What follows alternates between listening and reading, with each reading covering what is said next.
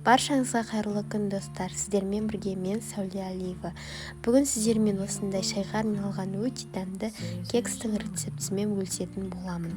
Ол үшін бізге қажетті заттар: 3 жұмыртқа, қант, қаймақ, сұйық май және сүт, ерітілген сары май, ұн, қопсытқыш және ванилин қажет.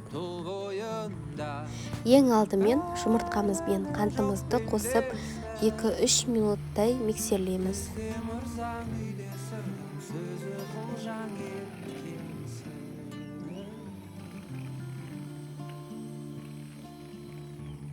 Мінекей осындай болып көпіруі қажет.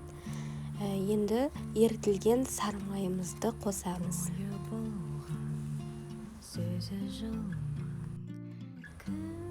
Сүтімізді қосамыз.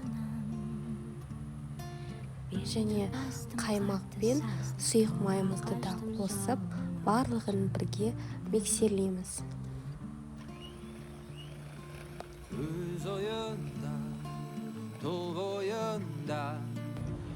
Ситадан өтірілген ұнымызға ванилин мен қопсытқышты қосып араластырамыз. Міндетті түрде ұнды ситадан өткізіңіз. Мен алдын ала өткізіп алдым.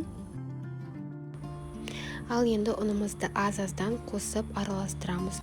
Осындай лопаткамен араластырсаңыздар да болады, немесе миксермен араластырсаңыздар да болады, өз қалауыңыз бойынша.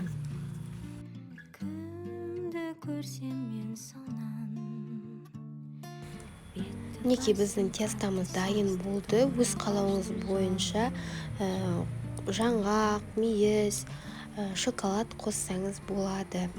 Мен осындай мейіздер қостым, бірақ оның бәрі міндетті емес, қоспасаңыздар да болады. Мінекей мен осындай формаларымды майлап дайындап алдым. Егер сізде капкейкке, осындай кекске арналған қағаздар болса, оны майлап қажет емес. Мінекей енді тестамызды формаға салатын боламыз, құямыз. Қатты толтырмаңыздар, себебі піскен кезде біздің қамырымыз көтерілетін болады 2 есеге. Сіз толтырсаңыз, ол әдемі болмауы мүмкін формасы. Барлығын формаға құйып болғаннан кейін қызып тұрған пеште пісіреміз. Достар, мінекей менің өте жұмсақ, өте дәмді шайға арналған кекстерім дайын болды. Дәмі өте тамаша болып шықты. Отбасын таласып жеп қойдық. Сенесіздер ме? Ештеңе қалған жоқ, бір күнде барлығы бітіп қалды. Сондықтан міндетті түрде дайындап көруге кеңес беремін. Сіздермен бірге болған Сәуле Алиева. Видеоны соңына дейін қарағандарыңызға рахмет. Пікір қалдырып, лайк басып, каналға тіркелуді ұмытпаңыздар.